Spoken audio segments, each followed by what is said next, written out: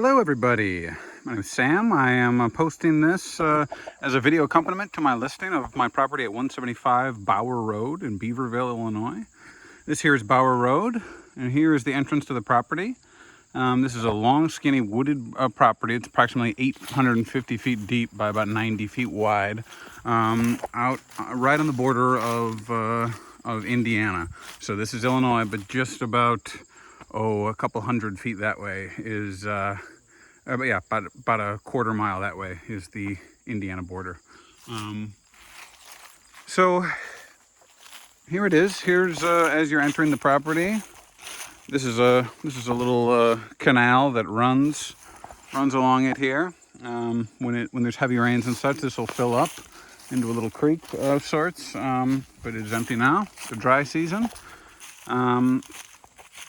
So yeah, this is a wooded property. This is that was essentially this was once dense wood that was converted just a couple years ago to offer access all the way through.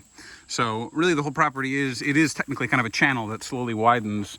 So basically, yeah, it's a fair bit of the property is still wooded, but nonetheless, it could certainly be widened out. If anyone's willing to put in the time to cut down some of this vegetation and further widen it or access more of the property, so be it. But the great benefit of this property is that it's private. It's cheap private acreage that where you could put a little homestead of some kind would be totally out of view from anybody. You got county land right that way, and that way is a private owner who occasionally uses it for hunting purposes.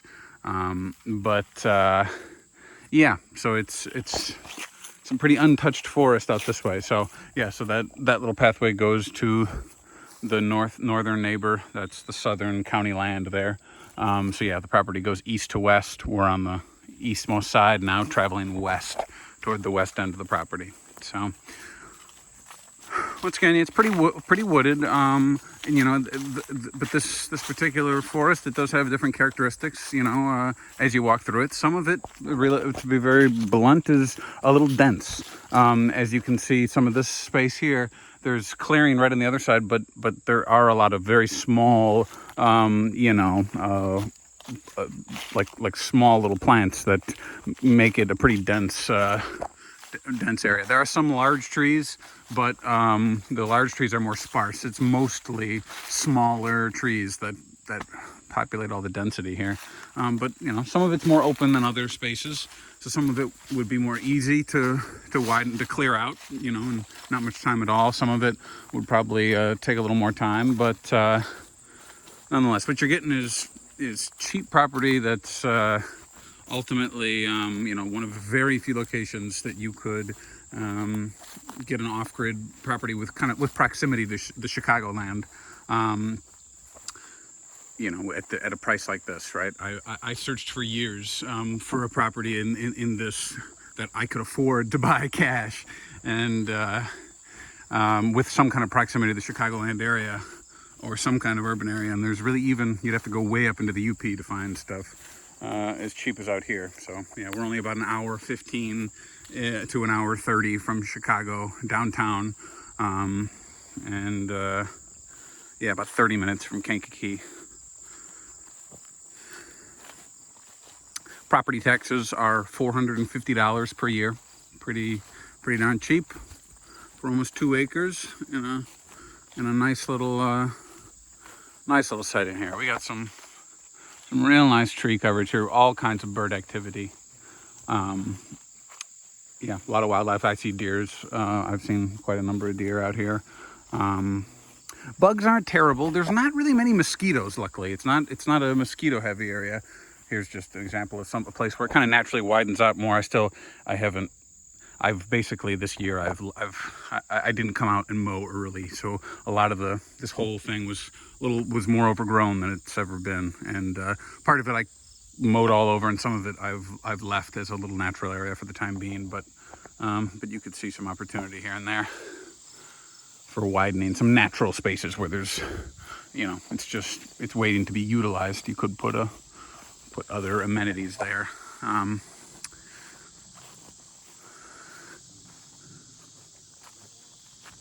Yeah, so the bugs aren't. I mean, it is a forest, so of course there are bugs, but luckily not crazy in the mosquitoes.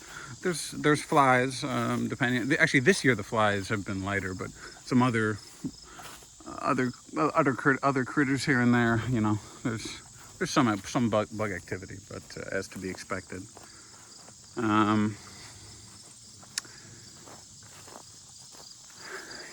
Yeah, so we're coming up closer to the end, to the clearing. Yeah, so what is immediately west of here is a cornfield, and the tree line, which you can see beyond the immediate tree line of the property, that is the Kankakee National Forest, or Wildlife Preserve. So yeah, we got a couple preserves in the very near proximity. You can see I'm including this small little fishing boat. There's a lake about only less than a mile, like half a mile away. Yeah, just a fishing lake right on the Indiana side, but it's yeah, like I said, just like a 3 or 4 minute drive. Yeah, so here's the shed. We got a little riding lawnmower here I'm including. I would like to sell it with everything. I mean, I can clear out what you want if you really don't want some of it, but I would like to just sell everything included. But yeah, just some lumber, a little trailer for the